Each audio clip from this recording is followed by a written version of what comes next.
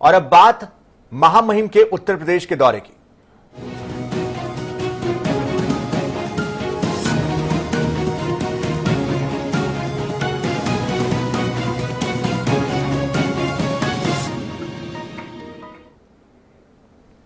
राष्ट्रपति रामनाथ कोविंद 2 दिन के लखनऊ के दौरे पर हैं। आज सुबह महामहिम प्रेसिडेंशियल ट्रेन से लखनऊ के चारबाग रेलवे स्टेशन पर पहुंचे, जहां पर राज्यपाल आनंदीबेन पटेल और मुख्यमंत्री योगी आदित्यनाथ ने उनका स्वागत किया।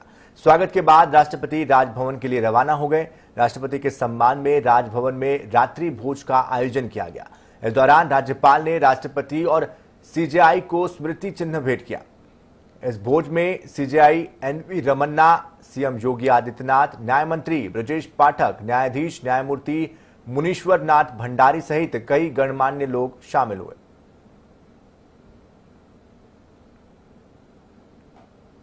तो बता दें आपको कि इसके पहले कानपुर के दौरे पर रहे महामहिम और उसके बाद आज राजधानी लखनऊ वो पहुंचे थे, जहां पर एक विशेष कार्यक्रम आयोजित किया गया।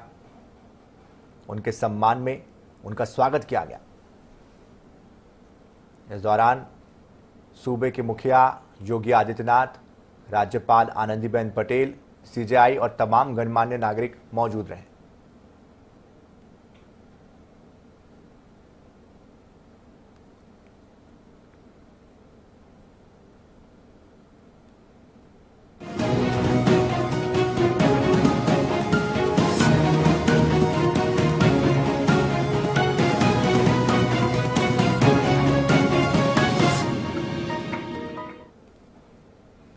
बढ़ते आगे, भारतीय जनता पार्टी उत्तर प्रदेश में साल 2022 में होने वाले विधानसभा चुनाव को लेकर बेहद गंभीर है और पार्टी किसी भी बड़े वोट बैंक को अपनी ओर आकर्षित करने से नहीं चूकना चाहती है।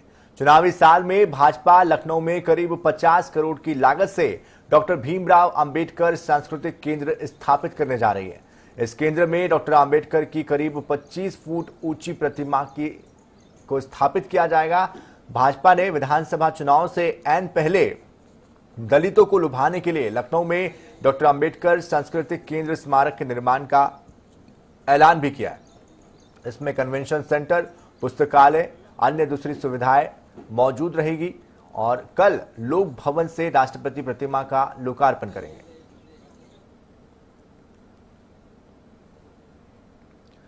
योगी सरकार ने किसानों को लगातार लाभ देने की दिशा में कई प्रयास किए हैं और इसी का परिणाम है कि राज्य भंडारण निगम को बम्पर मुनाफा हुआ है, जिसके चलते सहकारी मंत्री ने मुनाफे के लाभांश का चेक सीएम योगी को सौंपा।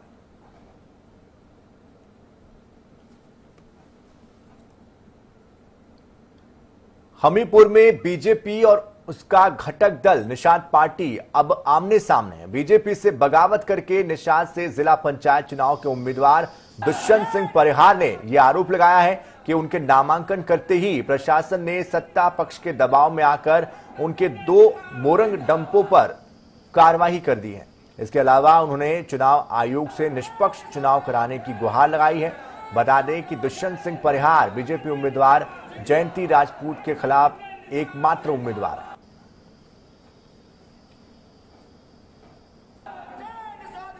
के बाद से हमीरपुर का जिला प्रशासन सत्ता पक्ष के नेताओं के दबाव में आकर मेरे ऊपर द्वेषपूर्ण भावना से कार्रवाई कर रहा है। वह मुझे दबाव में लेने का प्रयास कर रहा है। व्यवसायिक तौर पर मैं खनन व्यवसायी हूं। शासन द्वारा स्वीकृत पट्टे में मैं नियमित कार्य करता हूं। फिर भी प्रशासन द्वारा मेरे व्यवसाय पर द्वेषपूर्ण भावना से कार्रवाई की जा रही है। मैं चुनाव आयोग से अपील करना चाहता हूं, भारत का नागरिक होने के नाते लोकतांत्रिक अधिकार का प्रयोग कर मेरे चुनाव लड़ने में डाली जा रही बाधाओं को संज्ञान में लेकर प्रशासन को अवगत कराने का कष्ट करें। प्रशासन द्वारा सत्ता पार्टी के उम्मीदवार की मदद करना लोकतांत्रिक अधिकारों की हत्या है। मुझे ऐसा भी लगता है कि जिला प्रशासन के जिम्मेदार अधिकारी निष्पक्ष चुनाव कराने के लिए प्रतिबद्ध हैं, लेकिन सत्ता पक्ष के नेताओं के द्वारा बनाए जा रहे दबाव, बस वो भी असहज महसूस कर रहे हैं अपने को।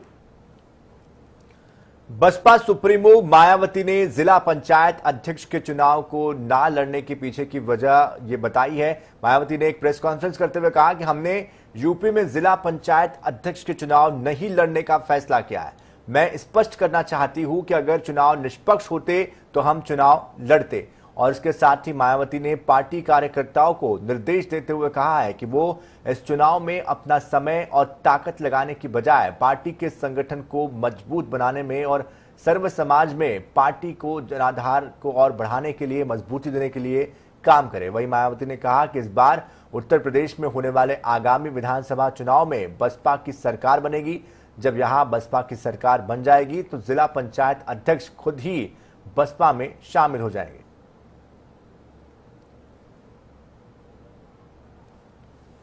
इस बार यहाँ उत्तर प्रदेश में होने वाले आगामी विधानसभा चुनाव में बीएसपी की अकेले यहाँ अपने बलबूते पर सरकार बन सके।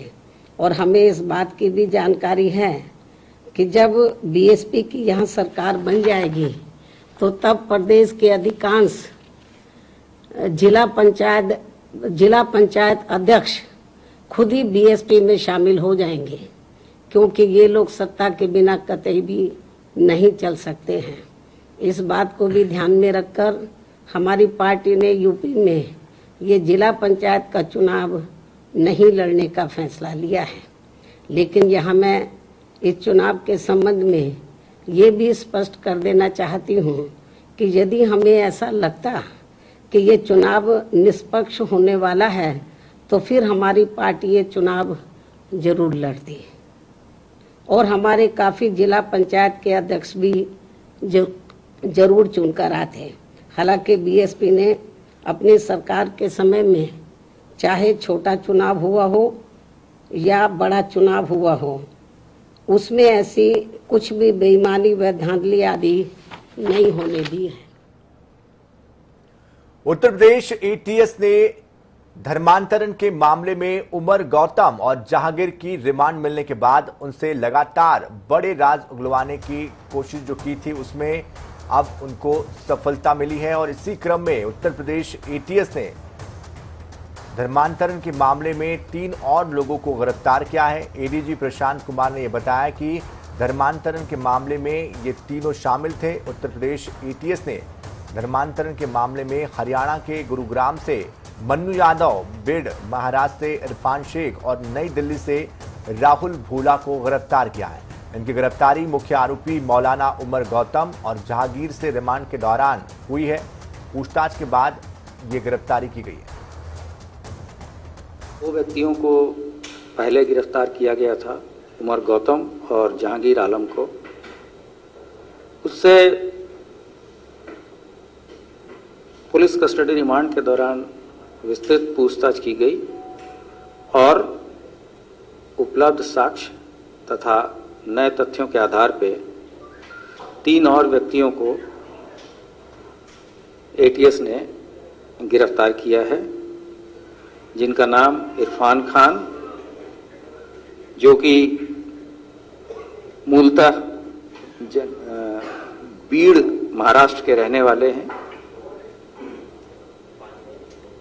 और दूसरा राहुल भोला, जो कि उत्तम नगर नई दिल्ली के रहने वाला है, और मन्नू यादव, जो कि गुड़गांव हरियाणा के रहने वाला है। 3 व्यक्तियों को आज गिरफ्तार किया। आगरा में एक सनसनीखेज वारदात हुई है। यहां 8 दिन पहले अगवा हुए एक कोल्ड स्टोरेज मालिक के इकलौते बेटे की हत्या कर दी गई। वारदात को उसके दोस्तों ने ही 2 करोड़ रुपए की फिरौती के लिए अंजाम दिया। अपहरण के कुछ घंटों के बाद ही आरोपियों ने कार के अंदर उसकी हत्या कर दी। शव को एक बैग में डाला गया और कोरोना मृतक बताकर शमशान घाट पर पीपीई किट पहनाकर जला भी दिया गया। पुलिस ने इस मामले में 5 लोगों को गिरफ्तार किया है। वहीं इसी मामले को लेकर अखिलेश यादव ने ट्वीट करते हुए परिवार के प्रति अपनी गहन संवेदना जाहिर की है। आगरा के कोल्ड स्टोरेज मालिक के बेटे के अपहरण के बाद हत्या से उत्तर प्रदेश की जनता स्तब्ध है। शोक संतप्त परिवार के प्रति गहन संवेदनहीन भाजपा के राज में परिवार वालों का दुख दर्द समझने वाला कोई नहीं है। उत्तर प्रदेश में व्यापार जगत के लोग आर्थिक के साथ ही आपराधिक उत्पीड़न के भी शिकार हैं।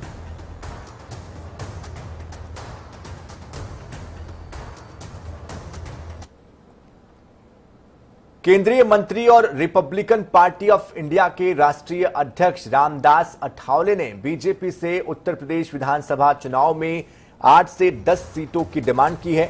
अठावले ने कुछ दिन पहले ही बीजेपी अध्यक्ष जेपी नड्डा से मुलाकात भी की थी। इस मीटिंग में रामदास अठावले ने 5 राज्यों में हो रहे विधानसभा चुनाव पर बीजेपी अध्यक्ष जेपी नड्डा से बातचीत की थी। सबसे ज्यादा उन्होंने उत्तर प्रदेश में 8 से 10 सीटों की मांग की और बाकी राज्यों में जैसे कि उत्तराखंड, पंजाब, गोवा, मणिपुर में 2 से 3 सीटों की मांग उन्होंने की। लखनऊ में वसीम रिजवी के काफिले पर पथराव किया गया। पत्थर लगने से गाड़ी का शीशा टूट गया। हालांकि वसीम रिजवी इसमें बच गए, उन्हें कोई चोट नहीं आई। हमले के बाद वसीम रिजवी ने चौक कोतवाली में इसकी शिकायत भी की। उसके बाद वीडियो जारी करते हुए ये बताया गया कि जब वो अपने पुराने घर कश्मीरी मोहल्ले से अपने नए फ्लैट के लिए जा रहे थे तभी उन पर यह पथराव किया गया। चौक मंडी के पास मैं कहीं काम से जा रहा था तो मुसलमानों की एक भीड़ खड़ी थी, जिसमें से कुछ लोगों ने हमारी गाड़ी पर पत्थरबाजी की है, जिससे हमारे सुरक्षाकर्मी बाल बाल बचे हैं। मेरी गाड़ी के आगे पीछे के शीशे टूटे हैं। मैंने चौक कोतवाली में जाकर तहरीर दे दी है। रायबरेली में मशहूर शायर मुनव्वर राणा के बेटे पर नकाबपोश ने जानलेवा हमला किया। गनीमत यह रही कि गोलियां उनकी कार पर लगी और वो बाल बाल बच गए। घटना को अंजाम देकर बदमाश मौके से फरार हो गए। घटना लखनऊ प्रयागराज हाईवे पर त्रिपुला चौराहे के पास हुई है। शहर की सीमाओं को सील कर पुलिस हमलावरों की तलाश में जुट गई है। अयोध्या में श्री राम जन्मभूमि तीर्थ क्षेत्र ट्रस्ट से संबंधित जमीन विवाद से जुड़े मामले में बीजेपी नेताओं और ट्रस्ट से जुड़े लोगों के खिलाफ विपक्ष की लगातार बयानबाजी जारी है। और इसी बीच आप नेता संजय सिंह ने अयोध्या मंदिर जमीन घोटाले को लेकर गंभीर आरोप लगाते हुए कहा है कि बीजेपी ने श्री राम मंदिर ट्रस्ट के साथ मिलकर चंदा चोरी की है। उन्होंने सवाल उठाते हुए कहा है कि इतने सारे प्रमाण देने के बाद भी बीजेपी सरकार ने अब तक कोई जांच क्यों नहीं शुरू की। इसके साथ ही कहा कि बीजेपी कहती है कि हमने युवाओं को नौकरी दी, लेकिन नौकरी है कहां। कई जवानों से काम करवाया गया, ट्रेनिंग दी गई, लेकिन नियुक्ति पत्र उनको नहीं दिया गया। पत्रकार बंधुओं को नमस्कार। काफी समय से लगातार प्रभु श्री राम के मंदिर के नाम पर जमीन खरीद में जो घोटाला हुआ है उसको परत दर परत एक के बाद एक तमाम घोटालों को मैंने उजागर किया।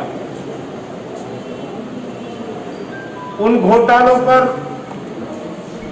आप लोगों ने मीडिया में खबरें भी चलाई और अपने स्तर से भी तमाम जानकारियां आप लोग बाहर लेकर आए।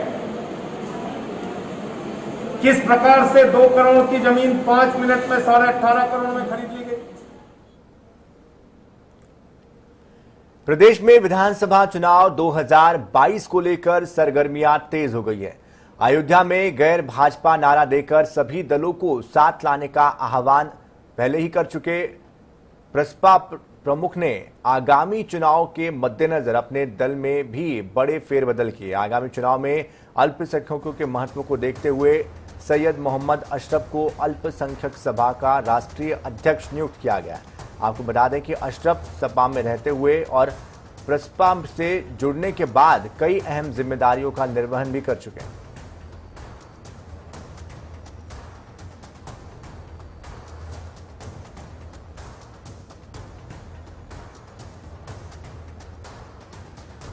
तो शिवपाल यादव ने दरअसल ये पार्टी बनाई थी और उसमें अब परिवर्तन होते हुए दिखाई दे रहे हैं। जैसे जैसे चुनाव नजदीक आ रहे हैं वैसे वैसे अब राजनीतिक तौर पर कई बड़े उलटफेर होते हुए दिखाई दे रहे हैं।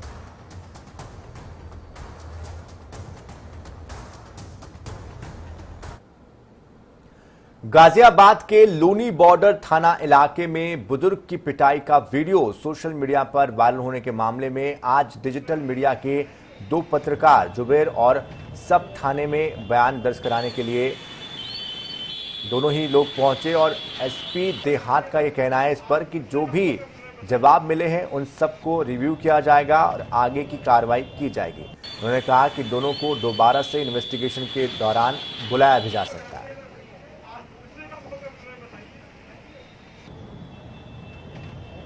आज जुबैर और मिस सबा नकवी आए थे। इन लोग को पूछताछ के लिए बुलाया गया था, नोटिस इनको दिया गया था। उसके बाद इन्होंने पूछताछ में जो भी हमें चीज़ें पूछनी थी वो इनसे हमने पूछी हैं और बाकी इसमें अगर आगे जो भी है हम स्टेटमेंट्स को सबको रिव्यू करेंगे जो इनके द्वारा दिए गए हैं और उस स्टेटमेंट के आधार पर जो भी आगे की अग्रिम आवश्यक कार्रवाई है वो की जाएगी। मुरादाबाद के प्राग बड़ा इलाके में बड़ा हादसा हुआ है जहां पर पंजाब से double decker bus checking team को देखकर पिकअप से टकरा गई और फिर सामने आया खाकी का वो चेहरा जो कि इंसानियत को भी शर्मसार कर दे। देखिए ये पूरी रिपोर्ट।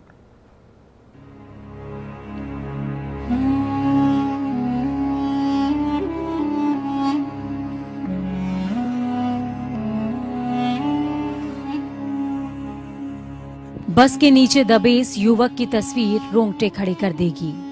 युवक का आधा शरीर बस और सड़क के बीच रगड़ में कुचल गया है। फिर भी जिंदगी जीने की उम्मीद में आसपास खड़े लोगों की तरफ देखकर युवक खुद को बचाने के लिए इशारा कर रहा है। लोग बात कर रहे हैं, टांग काटनी पड़ेगी, तो किसी ने कहा नहीं, टांग मत काटो।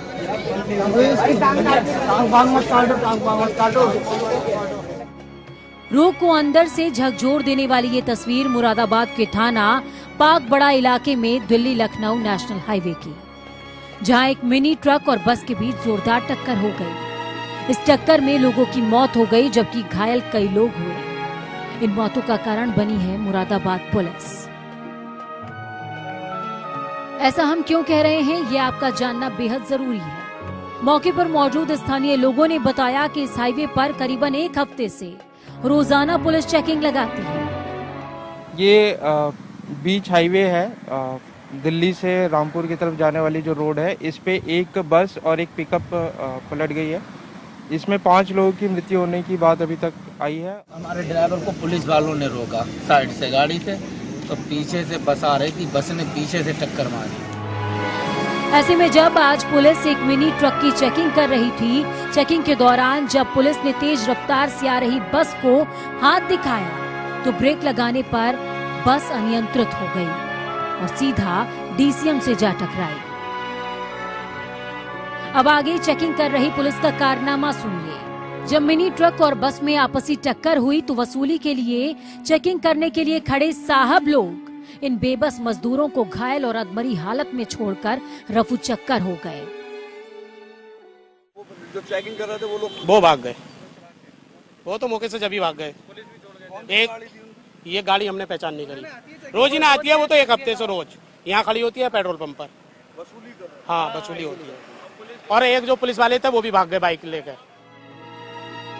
पुलिस की ओर से बेबस लोगों को उनकी हालत पर छोड़कर चले जाना कोई नया मामला नहीं है, लेकिन इस बार इस हद को भी पार कर दिया गया क्योंकि इस हादसे में पुलिसकर्मियों ने अपने एक साथी को भी मृत हालत में छोड़ दिया। इस हादसे पर मुख्यमंत्री योगी आदित्यनाथ ने गहरा दुख जताया है और पीड़ितों की मदद के लिए सख्त निर्देश दिए हैं। लेकिन इस हादसे के बाद सवाल कई खड़े हो रहे हैं कि आखिर बिना किसी बैरियर के पुलिस चेकिंग क्यों कर रही थी? क्या वसूली के लिए ये चेकिंग की जा रही थी? इन मजदूरों की मौतों का जिम्मेदार आखिरकार कौन है?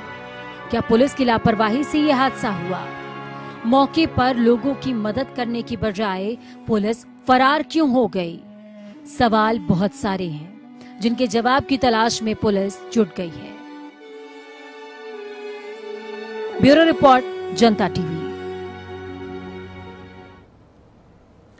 तो जब रक्षक ही भक्षक बन जाए तो आम जनता किसकी तरफ देखे, किससे उम्मीद रखे? अब देखना यह होगा कि राज्य सरकार इस पर किस तरह का एक्शन लेती है और आने वाले समय में सूबे में कानून व्यवस्था में किस तरह के बदलाव किए जाते हैं, किस तरह की संवेदनाएं जो पुलिसकर्मी हैं, जो अधिकारी हैं, उनके बीच में पैदा होती दिखाई देती है। बहरहाल बढ़ते आगे, बाराबंकी में पूर्वांचल एक्सप्रेसवे के लिए जमीन अधिग्रहण में हेरफेर करने पर एसडीएम ने लेखपाल को निलंबित कर दिया है। यूपीडा को बेची गई जमीन में रकबे से ज्यादा दर्जा दर्ज करते हुए दरअसल ये भुगतान कर दिया गया था और सुनवाई के दौरान शनिवार को यह मामला सामने आया, जिसके बाद जांच शुरू की गई और लेखपाल को निलंबित कर दिया गया। ये जमीन अधिग्रहण के समय लेखपाल ने वास्तविक रकबे से ज्यादा जमीन दर्ज कर भुगतान कर दिया था। पड़ताल में यह मामला उजागर हुआ और लेखपाल ने संबंधित पत्रावली में रकबा घटाने के लिए ओवर राइटिंग इसमें कर दी थी।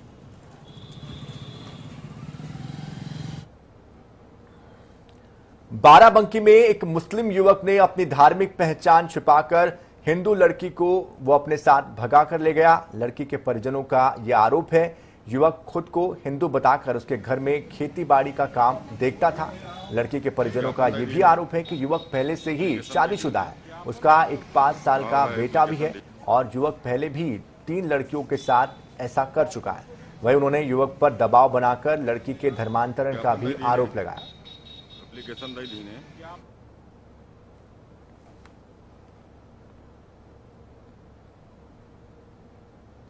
तो इसी के साथ इस बुलेटिन में फिलहाल इतना ही। ताजा खबरों के लिए, अपडेट्स के लिए आप बने रहिए जन